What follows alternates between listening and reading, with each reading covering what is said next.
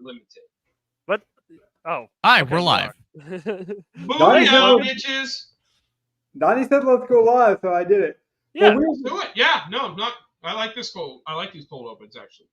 It actually works, and that's kind of what we wanted to do. We're kind of just giving you a recap, a kind of like last breath before the DFS season starts, before the lineup constructions really start to bear down and we overanalyze everything. This is kind of an idea of just having a fun show, just kind of like recapping whatever we wanted from the offseason, whether that be a player take, whether that be your favorite picks. You know, Evan just got done finishing up a draft here. So people are getting a last-minute drafts in. I find it funny because we're so into the weeds and like DFS and just like heavy fantasy and like always trying to find different ways to play fantasy. Some people are having their first drafts, like, you know, like the casuals are like, well, I'm having my first draft, or like, you know, we're getting the boys together this weekend. And it's like, well, some people have done 150 best ball drafts. Yep.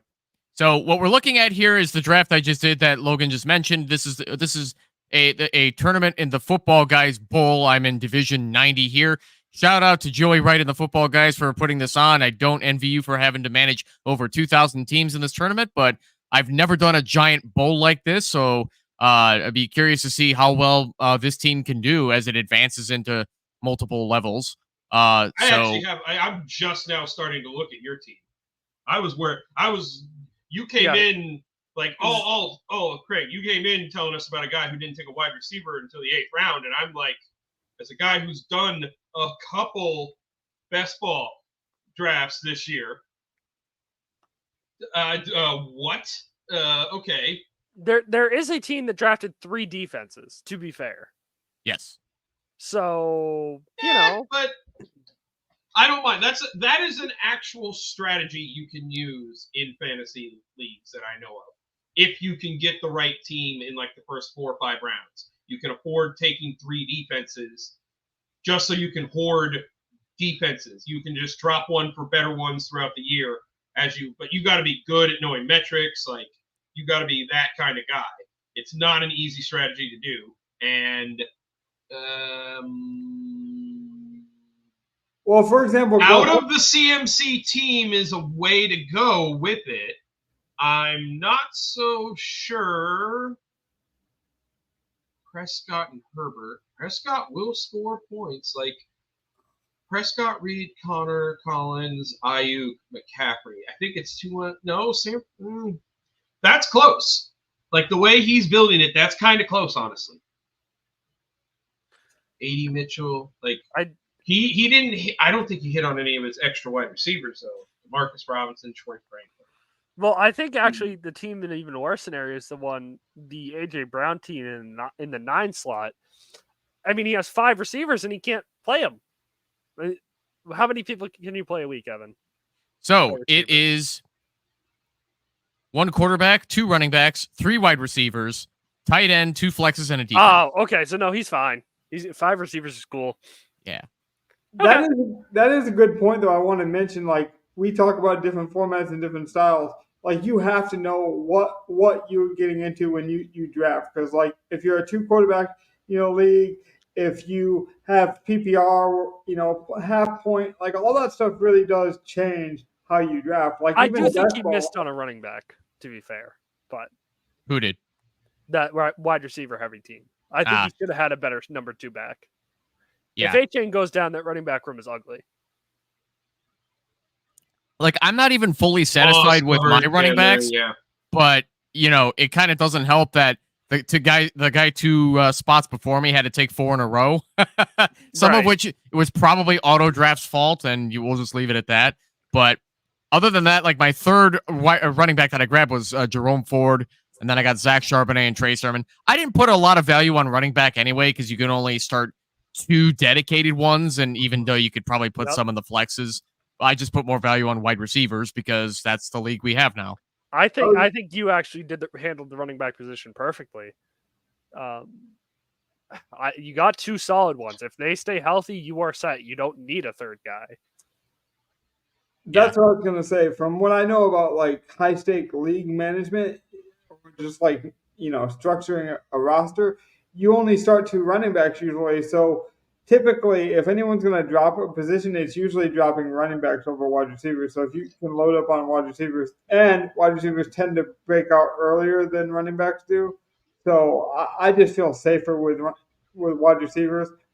There's always a running back that kind of like, especially in the first 5 weeks of the season, you'll see a balloon running back blow up out of nowhere. Like no one knew who Kyron Williams was just a couple seasons ago, and now he's going so high in any format. Unless you drafted him as a rookie in Dynasty and you held him like I did, yeah, Kyron Williams was not known by the general public. Well, even like, for example, when we were right about a player, like we were right about Puka, but like I think we mentioned it enough, and if you're a fan of our show, you probably know it. Like it's kind of the lore of the show.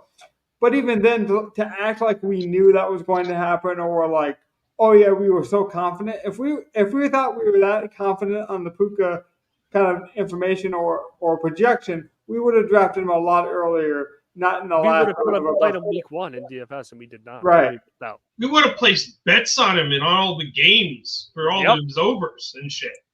I did actually. In week 1, I played a single game showdown and won and turned $1 into 20. That was a big hit. That showdown was a fun showdown. Yeah. And in case anybody watching at home is realizing that I drafted 2 quarterbacks that have the same bye week, yes, I'm well aware of that. I will deal with it later in the season. Here, let's clarify. He's well aware of it now. Not at the time, but yes, that's future use problem. Actually, it was right after I drafted Cousins. I was like, "Oh shit!" I didn't. It was right after I made that pick. Cousins is just such a solid option at quarterback, though. It is fine to have that problem later on. One of the guys at the bottom that you picked is not going to last on your team, probably, or going to get hurt, and you're going to be able to drop him for a third guy. Yeah, no, that's the likely case. Like, you honestly needed to just take like Deshaun or Darnold or someone in one of your late round picks instead of like Darnold would have been a good one when he's going to start, but instead of like Hunter Henry or something. Hey, don't diss on Hunter Henry now. Come on. Yeah, I would have rather had Hunter Henry. I don't take the Hunter Henry disrespect. I just would have rather had Hunter Henry there where I got him in the 18th round rather than like Jalen Hyatt, Diami Brown, Greg Dortch. I just didn't like the disgusting wide receivers at that point. So, like, this is a league where nobody tried to draft May, and I'm assuming he'll be picked up as soon as he comes off waivers. Like, probably picked up by me. Probably picked up by you off waivers, but you don't want to wait too long because he will start sooner than you think. Because your background is advertising him, Donnie. That's really going to drive traffic in his fantasy league. I mean, like, yeah, you know what? You know who also is available? Bryce Young. You know what? Just take Bryce Young. He's a better pick than Drake May. All day, better pick. I saw something the other day. I think I saw it this morning. Drake May saw a fan with an old Mac Jones jersey and he had a marker and they crossed it out and put May over it. And Drake May signed it, and that's probably now the most valuable jersey in England. If he ends up being good, that jersey will be forever stapled in history. If that jersey's in value just immediately increased. That jersey has no value. That jersey's worth less than every single one of Tom Brady's jerseys he's ever wore, ever. That's not true. Regular season game, loss, everything. All of them. Now, I'm not just talking like the jersey he wore in the Tuck Rule game. I'm not just talking about the jersey he wore in every Super Bowl. They're not that expensive. Well, every Super Bowl but one. He was wearing a Tampa jersey in that one. That doesn't help the New England argument. I have to get your guys' opinion because I do think it's kind of a fun little topic into a casual's mindset. So my friend's kind of ramping up the NFL season. He's got a friend who's got season tickets to the Lions. So, like, as a present to him, basically, he's like, hey, you want to go to the Lions game? They live, closer to the city. He's like, I'll take you for free. Like, my treat, you'll get to see some live football. Like, obviously, it's not the professional. It's not the glamour, guys, but you'll get to see live football. So I knew he was doing it. He calls me, like, 2 hours after the game. And the casual take? He's really upset by this. He hates the UFL kickoff rule. He has the most boomer take ever. He's like, it's ruining football. It's not traditional football. It adds so much excitement back to special teams. You'd rather watch a touchback every time? He said he was going to miss a touchback, Donnie. He's like, I'm going to miss the art of the touchback. There is an art to still having a touchback, to be fair. If you kick it properly inside the landing zone and it bounces, guess what? It's a 20-yard start again. You have to drive 80 yards. That's solid. Actually, I do like this because this could increase the likelihood of the 1-point safety. That's a good point, too. I don't know the 1-point And we could get scoreagami. I'm going to be honest. Oh, wow. I don't know how you get 1 point. So why don't you explain to me in commoners terms how to get a 1-point safety? Because I really don't know. Have to look it up again to know exactly. But I believe it is so weird. If you take a safety on a 2-point conversion or a punt or so 2-point conversion, that would make sense. You're probably right. Or an onside kick. If you take a safety on an onside kick, so you have to kick it down there the way the kickoff is now, where it's close to them. They have to run, fumble, lose the ball. That would just be a normal safety, I think. I don't know, man. I forget. Again, I'm probably wrong on that, but I also know that there is a rule like that in football. I know there is a rule for it. Listen, all I know is the worst thing the NFL ever missed out on was when the 2-point conversion pick 6 ended up being 2 points for the other team. When that started, Mick pick 2s were out, and that should have been a sponsor, and they missed out, and it's very sad. See, I think this new rule, though, is exciting, and I just think it's going to be like coaches and personnel kind of slow rolling it where they're not going to give away their strategy. I do think there's a lot of coaches and a lot of special teamers that are trying to mastermind this thing right now. It has so much potential to being like just the strategy that will go into this. But to that point, Donnie, and I'm trying to get it across to him because he's like, oh, it's vanilla. It's kind of like he didn't see the excitement. I'm like, they're not going to give away their bag in preseason. Like they're not going to give away their trick, their trick plays and their like gadget onside kicks and. Like I could see a lot of creativity with this. That I think we have to wait to see what it looks like in week 1. I mean, I don't know if we'll see it in real NFL, but Madden, they have trick plays now for kick returns. You have a read option on kickoffs. You have a reverse, a guy just running behind from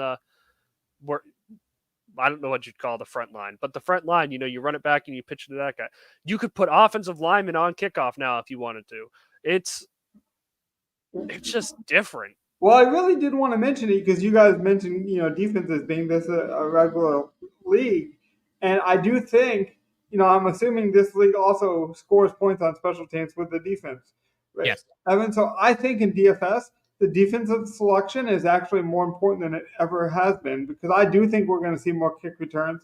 I do think we'll see more points coming from those kick returns. It might be not to be counted on, but I do think that volatility is going to be should be accounted for. Like a guy like Shaheen, you might favor a defense. Like I'm not saying it will be the only reason you play that defense, but if it's a coin flip kind of decision, and we're going last defense in, I do think we could split the tie with that kind of decision. Well, the volatility is already there for team defenses / special teams when you play in regular redraft league like this one. So it doesn't really change much because it's still going to be completely fluid when it comes to counting on those numbers. True, but I guess that's more of a DFS week 1 thing. But that's something I've actually truly thought of. I don't know. Maybe I'm just too much in the weeds.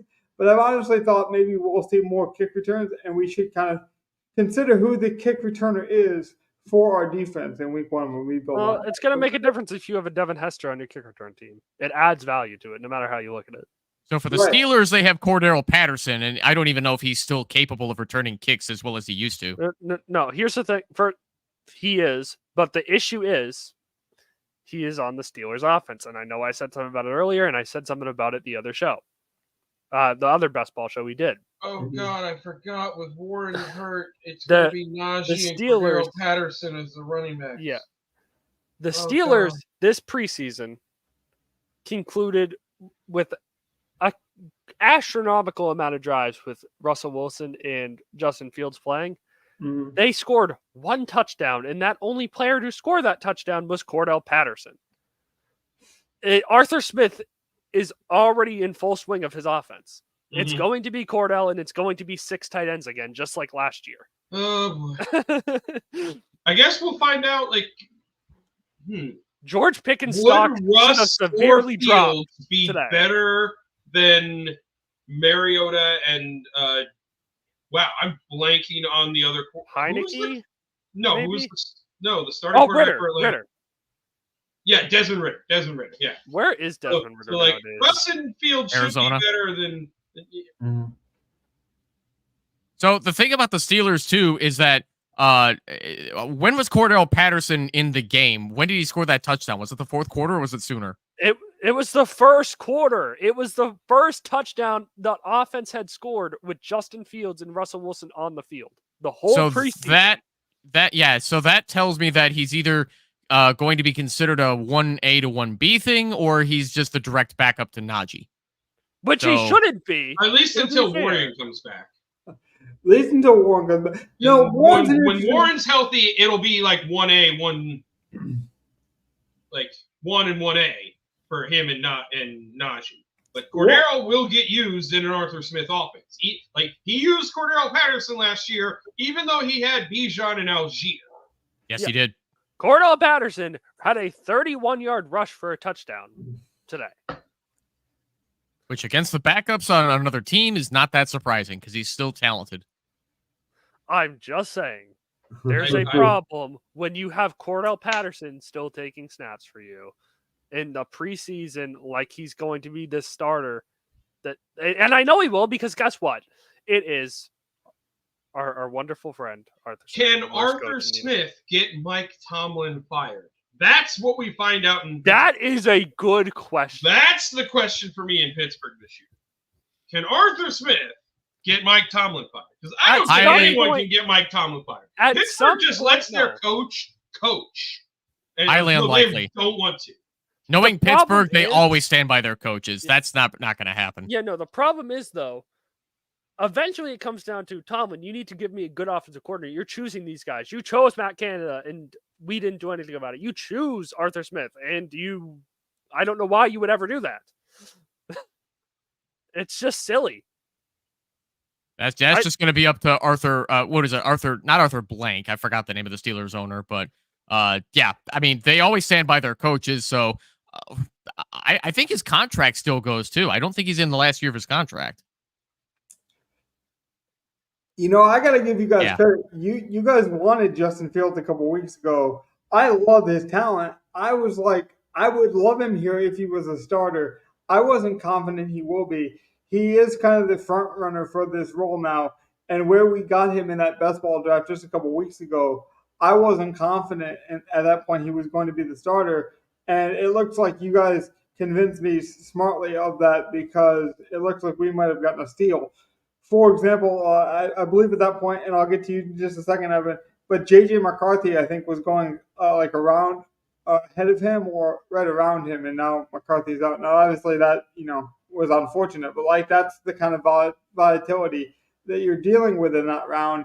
And if Fields is actually the starter with all 17 weeks, I think we got to smash there. Yeah. I have one more thing about Tomlin. He did sign that 3-year extension through the 2027 season. He's not going anywhere for a while, no matter how bad the team is. Yep. Yeah. I mean, it's hard to fire a guy that can unfortunately, that is like the one thing about Pittsburgh. They are very stable. So, I think they're going to figure out both Russ and Justin Fields. Whether or not Russ has anything left, or whether or not Justin Fields is not actually any good. I think you'll realize very quickly that the offense is stagnant, and Justin Fields just makes it a little less stagnant, and that's why you have to go with Justin. If they decide to put Russ in there. What's weird is that RotoWire reported 3 hours ago that while Fields played well, he's listed as the likely backup for week 1 behind Russ. That's fine. They'll realize very quickly that Russ isn't able to get this thing moving. I don't even think Russ is cooked. It's just you can't put him in an Arthur Smith offense and with less talent around him and expect him to carry you. He needs to be in an area that's Cordell Patterson, Najee Harris, and George I just think like forecasting is fun for beat reporters. Like that kind of like will he, won't he, who's going to be named the starter. Like that's just a fun kind of contest game that like I don't think anyone really truly knows. I mean, maybe Tomlin knows, but I don't think he's going to have any leads. He did say after the game that you'll find out early next week. So, well, I'm choosing to believe the ESPN reporter for the Steelers, Brooke Pryor. She said that if it's anyone other than Russell Wilson, she'll be surprised. So it's pretty expected in the Pittsburgh Steeler culture that they're going to be Russ to start week 1. And like you said, Donnie, it's probably going to be when they realize their mistake, Fields will be trotted out there as the new starter. It could be middle of game 1. I doubt it's that. They play Atlanta. Remember, that's the revenge game. Arthur Smith versus the Falcons, week 1. I can't wait for Cordell Patterson to have the greatest game of his life. I'm playing him, and I'm not. But truly, this is me. I am Cordell Patterson. You like my running? I do think, though, we do see Justin Fields, whether he is the starter or not, in week 1. They will have some kind of gadget package, whether he is. You have to. He's too good of an athlete. Yeah, I really do. I think we'll see a Saints type offensive like red zone package at the very least, even in week 1. And yeah, Russell Wilson is cooked in everything except his accuracy. He still has a good arm. He's very accurate. Like you could even argue he's like still elite in terms of accuracy. It's just everything else. And the problem is it's almost like a delusion at this point where it's like he knows he can trust his accuracy, but he still thinks he can trust everything else. And that's where he gets himself in trouble. What we were talking about Boomer takes, I know it's kind of an old take and everything, but Russ has always relied on being able to move out of the pocket and have clear vision. He's a small guy. It's hard to throw it over your offensive line when you're used to rolling out and small.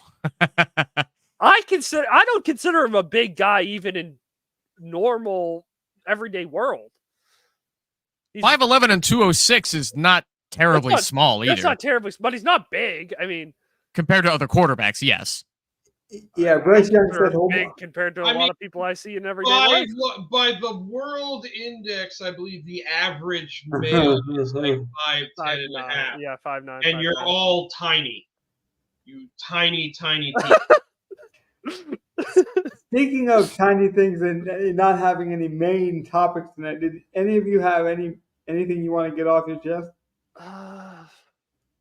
Cole Pruitt, 2 touchdowns, week 1. Oh, no, I'm not doing that. You couldn't even give me like crazy good odds. Like I've seen some fun parlays. Like honestly, that's not even a fun parlay. I'll be truthful. Like of all the fun like things that you could do to like, oh, this would be fun. Like let's just pick our favorite players on each team and parlay them together. No, it's the Arthur Smith. It's the Arthur Smith gambit. That's what I'm saying. Arthur Smith isn't fun. Like even if you had some kind of crazy first touchdown odds on Pruitt, it's still not a fun sweat. Like I need something fun. Like cheering for Arthur Smith is not fun. I don't care if that's not breaking. That's not cheering for Arthur Smith. That's saying he's an idiot. If you say Michael Pruitt's going to score, that's because Arthur Smith's an idiot. Maybe. And Pruitt did play with Arthur Smith in Tennessee, which is why I'm saying this bullshit. Whether you believe it or not is up to you, people. All right. Is there anything from the games today that we want to talk about? Because I was at work and didn't get to watch them. I also didn't get to watch much football today. No, but we did talk about horrible. When we started with DFS a couple of weeks ago, we talked about like there being a major injury or some big opening. We've started to see some of that, but nothing major yet, which is kind of surprising. I mean, there's obviously some good value. I think the biggest one that comes to my mind is Dotson being out of the rotation for the Commanders. So one of those guys, whether it be Luke McCaffrey, someone like that, is probably going to get some run because remember, Cliff Kingsbury does like a 4 wide receiver set. Yeah, there is no shocking like big injury yet. Has there been any starter really that's knocked themselves out for a consistent outside of Bland for the Cowboys defense? I mean, there is some starters that we don't know who's going to start, and like right. But I mean, injury-wise, there's been nothing drastic this training camp that comes to mind that's going to affect us. There's been minor injuries to guys like Jalen Warren, like we talked about, but I don't think there's anything that's that concerning. Yeah, if you scroll down this list, Logan, I don't think there's any big name that's actually going to not play. I would say the biggest storyline in terms of like our fantasy brain, kind of galaxy brain community, is just everyone's assuming that one of the good running backs from another team will get cut, will get signed by Dallas and become a viable week 1 option for Dallas. But if a decent one got cut, the Chargers could sign him. Right. Like, I don't trust Gus Edwards and J.K. Dobbins. I do for the first. Hey, to be fair, J.K. Dobbins lasted the training camp, which is a great sign. Well, for example, on Evan's team, it was Herbert. Everyone thought Herbert's going to get cut by the Bears, and he'll go to Dallas. Like, everyone likes a high-powered offense and a new kind of fun weapon coming into that team. But it looks like Herbert might stay with the Bears now. So, like, we still have to wait. Like, I do think there's a time when you can almost over-predict this kind of stuff, and you can almost lock yourself into a lineup. Right. This is a placeholder. Right now, we don't know what's going to happen with the entire Bears backfield behind Swift. We're thinking it could be either Roshan Johnson or Khalil Herbert getting traded, but we don't know yet. I'm still thinking Khalil Herbert will just be allowed to walk after this season, but he played so well in the preseason. I don't think it's going to be that easy. Well, there are 2 quarterbacks that they're not going to start, but I do want to just bring up. First of all, Hendon Hooker. He did quite impressive today. What was it? Almost 100 rush yards, I believe he hit. Yeah. If there is a world where Goff ever does miss, that is a incredibly high rush upside for an offense. Hooker was 12 for 20 for 114 passing yards, 1 touchdown, 1 interception, took 5 sacks. And then he had almost 100 rushing yards. He went 10 for 93 on the ground. Yeah. They were big runs too. Like one of them I think was a 45-yard run. I mean, he's electric for sure. The Lions' offensive line is so good. Even Jake Funk went 10 for 40. The other guy I want to talk about is we know the Cowboys are strict and who Jerry Jones is, and he's gonna do what he wants to do. Mm-hmm. Trey Lance looked awful today. Trey Lance, but he was fun for fantasy. There's do you know why Trey Lance looked awful today? Because he is awful. There we go. Evan gets it. Yeah. Do I win a cookie? Not wrong. If I had a cookie, I'd give you a cookie. But he was fun for fantasy, though. He was 5 picks. That's disgusting. In the preseason. That's the second quarterback who's going to be a backup with 5 picks this preseason. Stetson Bennett and Trey Lance. But 5 interceptions in preseason. Well, it's not act like he had 5 interceptions and nothing else. He had the devil's advocate game. Like, he looked really bad at times, and then he looked really good at times. Like, if I had to sum it up, it was like watching Space Jam. If you just took away the 5 interceptions, that's an amazing game for him. Yeah. 1 passing, 1 rushing, 90 rushing yards, over 300 passing. Like, that's an amazing game without the 5 interceptions. That's what I'm telling you. It reminded me of watching Space He'd have 39 fantasy points instead of losing 10 points. Yeah. Sure, but that's kind of a useless thing to say at the same time because you can't just take away numbers we don't want to look at. Well, but if you thought that's fixable, like, you could see the upside. That's probably why he got drafted. Well, good. At this point, at this many years, this is what you see. Ooh. Well, what you're gonna get. I will say this: when he was on the Niners, his last preseason there, we saw a lot of just not being able to read an NFL defense, and directly to linebackers, and they just weren't caught. They're getting caught now, and now we have a big problem because now you're getting the media attention. There's another thing about Trey Lance too. He had 2 fumbles that neither of which he lost, but 5 interceptions and 2 fumbles. Like, at that point, you're getting cut. But Jerry said he's a lock. He will not be cut. He won't cut him. Over Cooper Rush? He'll be the third quarterback. They're going to keep 3 quarterbacks. I mean, yeah, you can keep 3 quarterbacks at that point, but I think there's plenty of free agents that could take care of the ball better than Trey. But that's just me. As a backup, your job is not to be this home run guy. Your job is to be somebody who can keep things afloat till Dak comes back. It's the same reason the Lions will probably keep 3 quarterbacks too, because we'll keep Hooker's upside for his development. Just when you have Hooker, at least he still has a lot of room to grow. Trey's been around for 5 years now. This is now his 4th season. Yeah, he's not 5 years. He was drafted in 2020. 2021, and then he got injured. He just played his last snap till he's on year 5. Let's just say that. Well, he will not play a snap this year in NFL. True. I'm just saying, like in his college career, he also barring something amazingly crazy. Remember, with COVID, he only played 1 college. His last year, he only played 1 college game. He's had a very unique and strange career. Now, me and you both played Trey Lance, who I'd assume is the highest scoring fantasy quarterback today. I believe he was. I can do a, but that's we both lost. I did not play Trey Lance, and that was my bad.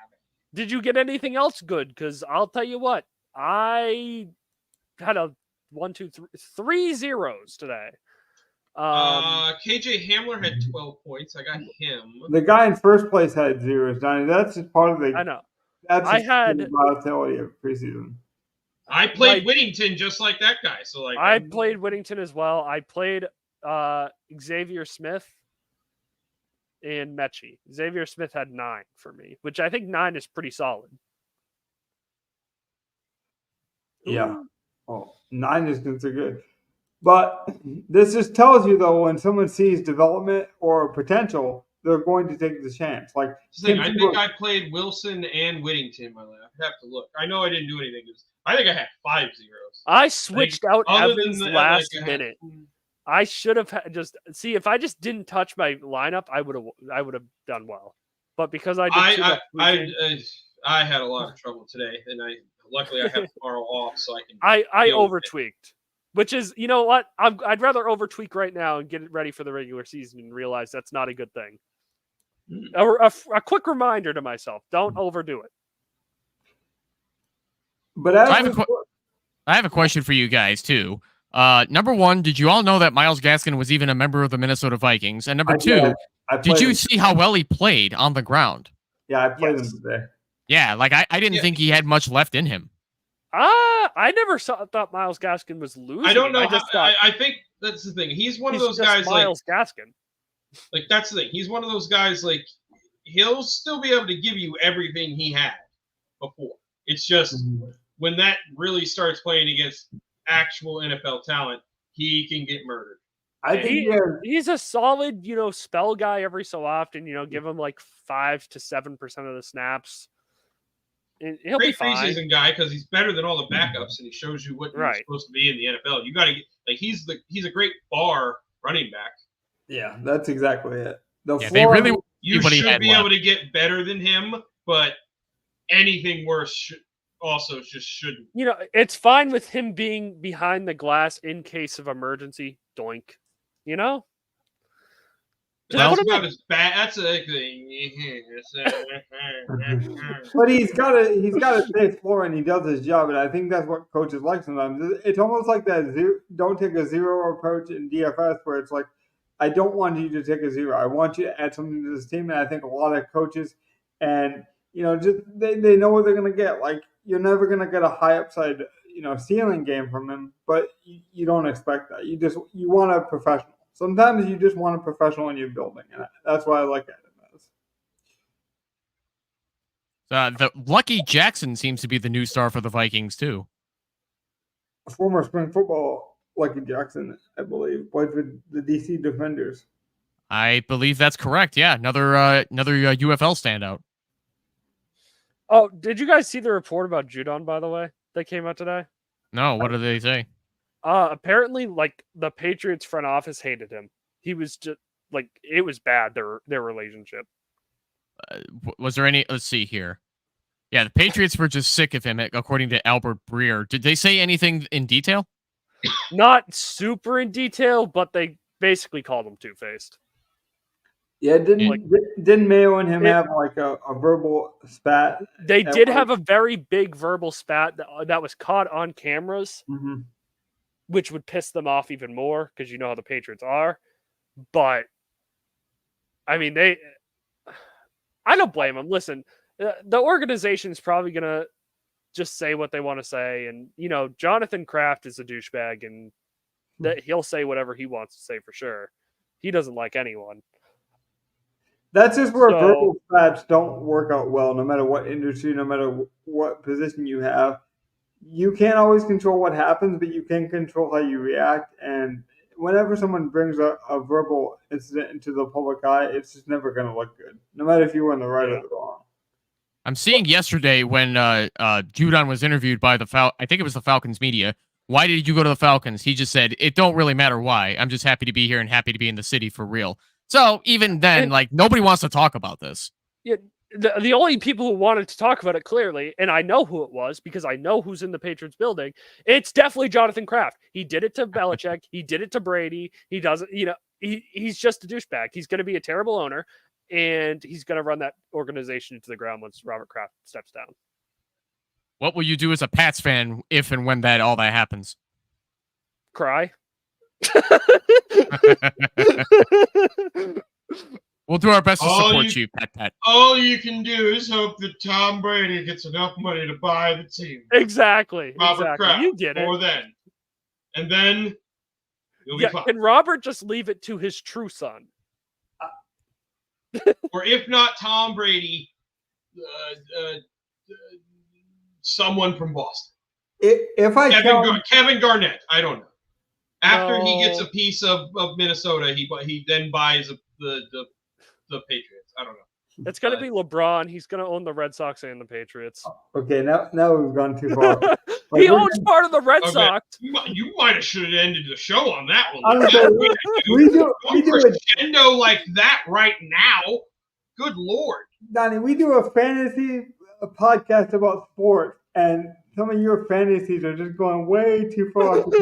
Like, even for a fantasy show, we're like, oh, that's too much of a dream cast. Are you okay, sir? Well, why don't we bring some structure back to this? Go, what's some goal? I'll ask it this way, because maybe you haven't even thought of it like this. That's also why I just love our sandbox idea of our Discord of like, here's our thoughts for week one. They don't got to make sense. Just put them in there, get them out, put them somewhere so you can reflect on them later. What's some of the goals for week one or at the beginning of the DFS season that you want to give out to the people, if anything? Like, we get a lot of new people. We get a lot of new casuals. Or like, you guys talk about lineup builds, and we'll be so excited to build them. But what's some kind of like overarching theme that you have for DFS this season? Anything? It's not specifically for DFS this season, although I do have something that I wanted to do. And now that I am in a place that allows me to do it, I may be able to.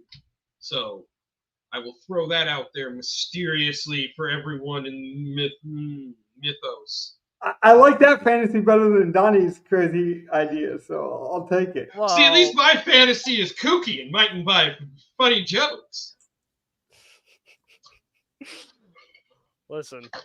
Yours is just like, why would you want LeBron to own the Red Sox and the Patriots? He already owns the Red Sox.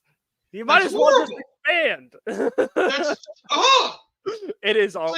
Dude, the Boston reaction to it was really gross. They were really upset. They should be. I bet. If Boston wasn't upset, I would think there was something wrong with Boston. Yeah, it's hard to. we didn't take lightly to it for sure. Well, hopefully Drake May is pretty good. Yeah, exactly. Hopefully Drake May can keep. That's everyone's fallback in New England. Like, well, at least we have a rookie quarterback.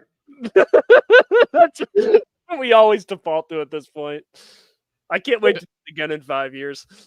Donnie, remind me down there in Bama, are there any other Patriots fans down by your neck of the woods? I mean, no, but there's not a lot of Patriots fans. Nobody cares about NFL around here, man. Realize, Donnie, because of your winning, you could. I warned you. You just joked about it. You got your rookie quarterback. We'll see what happens after 5 years. No, that's how I feel. That's how I always say it. Yeah, when you drafted Mac, I'll see in 5 years what happens. Yeah. Watch this happen to you, just like the Browns for the next. Okay, no, don't you put that on me, Ricky Bobby. I actually do have somewhat.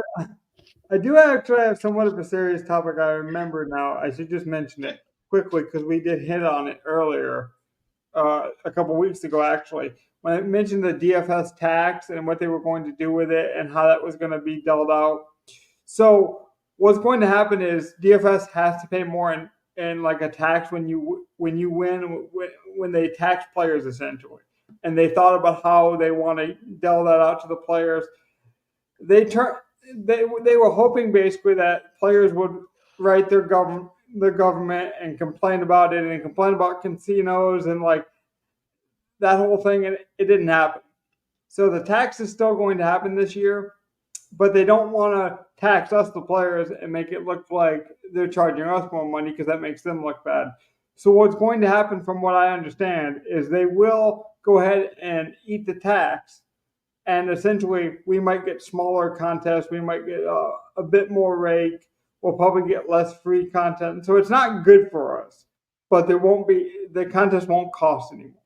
You know, there'll still be dollar contests. There'll still be 25-cent juice box. So like for the lower end players, they'll still be able to get in at a lower rate. You know, there's even 10-cent competitions. If you did want to do what, you know, we kind of were joking about, where you kind of experiment with a new DFS theory or stack or different ideas. But it is kind of just a sad, I think, moment, because we already know that NFL is like the prime time for like free contests and good advertisements and good chances to try out different things with free promotions. If we did see less of them, that would be, I think, a bad sign for the industry. I just want to mention that off the top. Yeah. Because some people were victory lapping it, and that just felt weird to me. Like, well, they're not raising it for us. It's like they still have to eat it. It's like government, they're still going to eat it. It's just we're going to pay for it in different ways. So it's not good. I honestly think the good players anyway are going to pay for it more now because they're losing out on easy contest.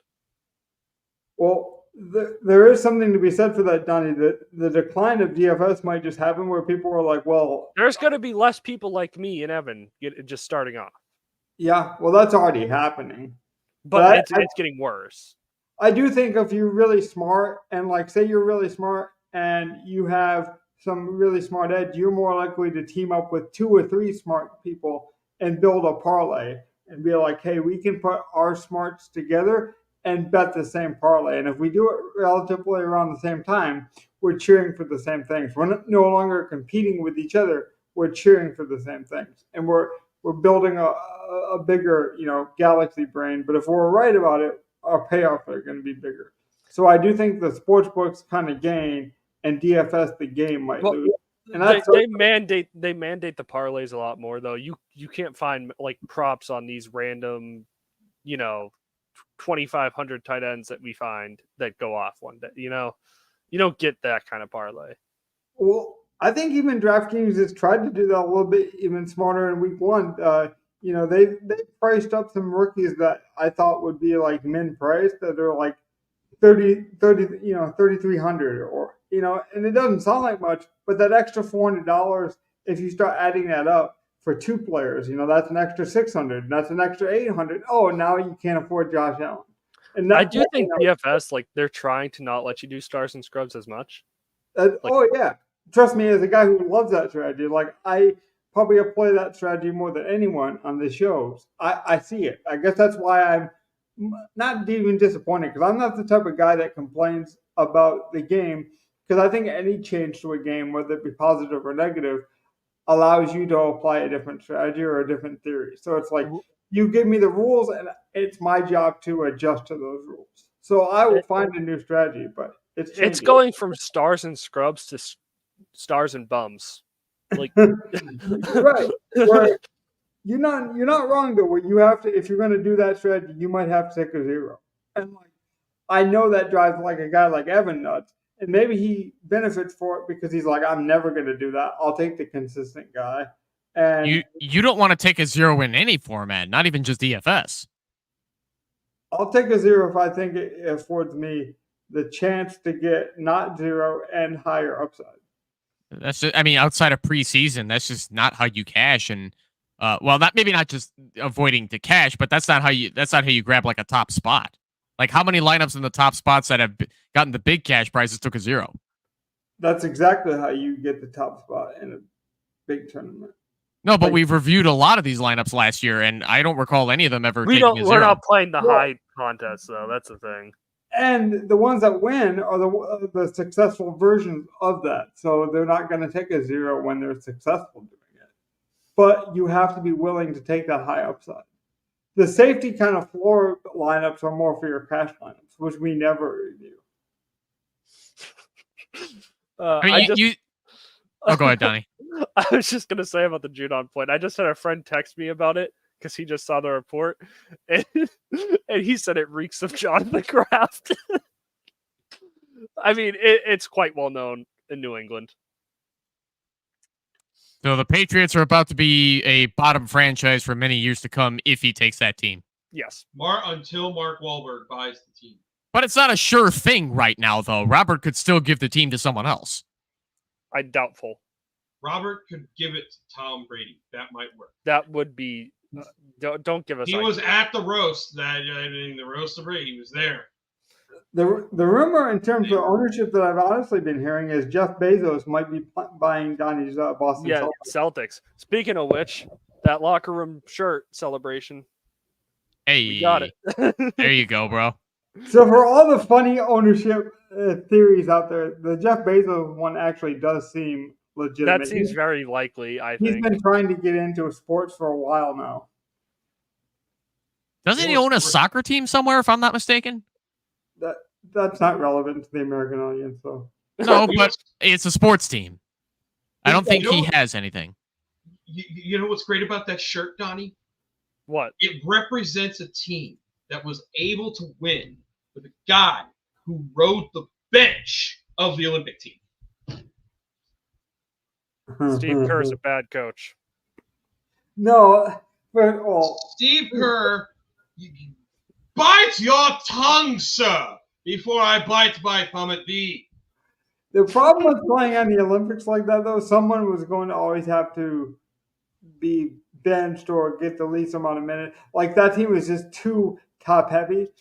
The egregious part was that it was such a eye-popping thing. Like it was almost like Steve Kerr made it into a story. Like I would never say he's a bad coach, but I do think he kind of leaned into. That's kind of the. It's a joke when I say it, but that's kind of been the joke going around. People are really questioning how great Steve Kerr really is. You don't go 73-9 though if you're a bad coach. Oh, you don't go 73-9 if you're a bad coach. He did have a lot of talent. I do think there was, which is what you need. There was definitely some vendetta there, though. I do think that the Boston narrative did play a bit into it. Like not as much as the sports landscape would have you believe, but I do think at some point Steve Kerr, his ego kind of took over, and he's like, "Oh, you think I'm doing this on purpose? Well, no, I'm actually going to, make it a point." Because I do think that stuff matters, but I'm an emotional sports guy, so maybe I just overvalue that stance. But I do think it matters. The only thing I'll say, because we spoke about it already too much, I think the Olympics. They never played what I had deemed to be their best possible lineup once. And they didn't even try it. That's the problem. There were so many lineup combinations they didn't try. There's an issue with that. They barely let LeBron and Anthony Davis play together compared to LeBron and Joel Embiid. Joel was not playing well. Well, LeBron and Joel work better. LeBron actually needs Joel more of a was traditional not center. playing well. Even then you go back. Joel should not have been playing in the Olympics. He needed to take time off. That's not. I mean, it's not untrue of that. It's not untrue. It's almost like the women's Olympic team. The whole Caitlin Clark, should she play? Should she not? Does she deserve to play? You could make those arguments, until next Sunday, even still, like relevant. Would she have made a difference? Would she help the team?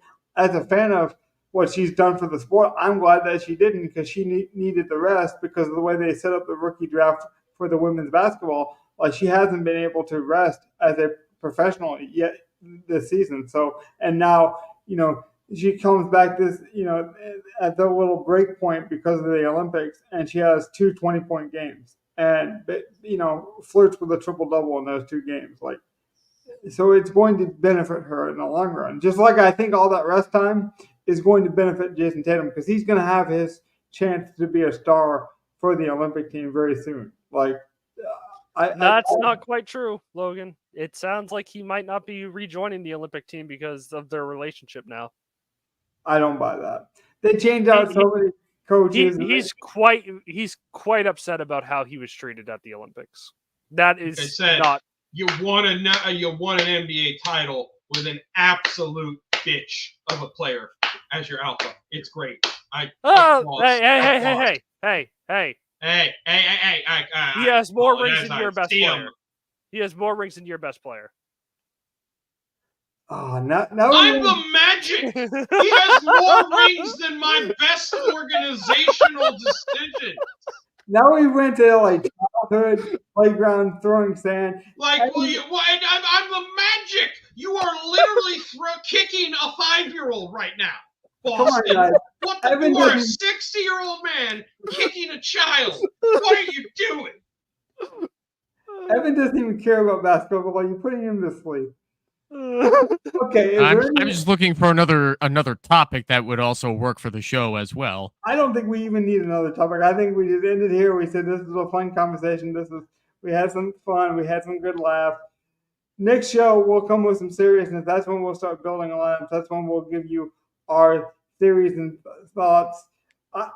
I have some interesting things in my sandbox of Discord, kind of pillar topics. Gov does as well. I don't think Donnie's put a single. No, you have, Donnie. I have. I did use it. I broke my rule. That's right. You have used it. See, I'm telling you, it's a useful thing. So I used it because it was such long notice, and I didn't want to forget. I usually remember everything I want to do through the week, and I just like to talk it out and then type it out. So I just have it written down on a notepad, so which is okay, but I just wanted to be a brainchild for oh yeah, I wanted to mention this on the show, so I'm just gonna actually bring that up each week. Right after we do the spread picks, I'll bring that up as kind of here's what Gov was thinking, here's what Donnie was thinking, here it is. You can disregard it. You can say, oh, this was a Tuesday thought, this is now Saturday. I don't care about this, but that kind of gives the people a real honest assessment of what we thought throughout the week. So I just think it's a cool way to look at a pillar and a lineup construction. Anything else you guys want to mention? Before we go, one more thing to share about Trey Lance. This is what's blowing up on Twitter right now. I watched it live. It was a good run. Yeah, so Robert Griffin III is still backing Trey Lance, which probably comes as no surprise to anybody, quarterback backing up another quarterback. But this is just all over Twitter today because, of course, you get all the shit posters being like, oh, 5 interceptions, bad take, but it's not surprising that this opinion's popular. And that play, most of the credit goes to the offensive line's blocking and the receiver. Yeah. Well, screw you anyway, Roger Goodell. You don't tell me what to do. I'm not even saying that you're wrong, Daddy. You don't control Twitter/X. Elon Musk controls Twitter/X. That actually is a good point, though. It's like whenever we get a cool play in DFS, so you get the highest outcome, right? Like you'll get a guy that scores 2 touchdowns. I've seen it. People will go to the reviews and they're like, well, I was right about this one guy that scored 2 touchdowns. But then you look at his DFS tracker throughout the season and you're like, yeah, but why aren't you a profitable player? I hate that kind of stuff. So Donnie is right. There was some bad in Trey Lance, but there was some good. I think that kind of encapsulates what you should be, trying to get out of your football. You want those more explosive plays, but if they come at the detriment of you just looking terrible at times, you also got to take that totality. There's a reason why Jameis Winston's not a starter in the NFL. He was never this turnover prone, though. He's pretty turnover. I mean, he in order to have a 30 interception season, you probably would have had a 5 interception game. But it wasn't against backups. It wasn't against backups. Saying. But we've seen the fun side of it too, like with a Ryan Fitzpatrick or a Tim Tebow has like the fun, fun explosion moments. I will say, I don't buy into much of those, quarterbacks that are just super electric. Ryan Fitzpatrick buzz, I'm always in for. I love that's what I'm saying. The Fitzmagic was crazy, and I should hate him because he killed the last part of the Patriots. I actually completely forgot about Winston's final season with the Buccaneers. 33 touchdowns and 30 interceptions. Yeah, the 30 for 30. Yeah, the 30-30 season, yeah. Yeah, for 5,000 passing yards, too. Like, the dude has a rocket cannon. That was the most yards in that the had league. Mike Evans. That was, who else was on that team? It was a weird team. I don't want to talk more about it. This is stupid. Yeah, I think Logan, we may have devolved. We may have devolved. I've got no more thoughts on week 1 until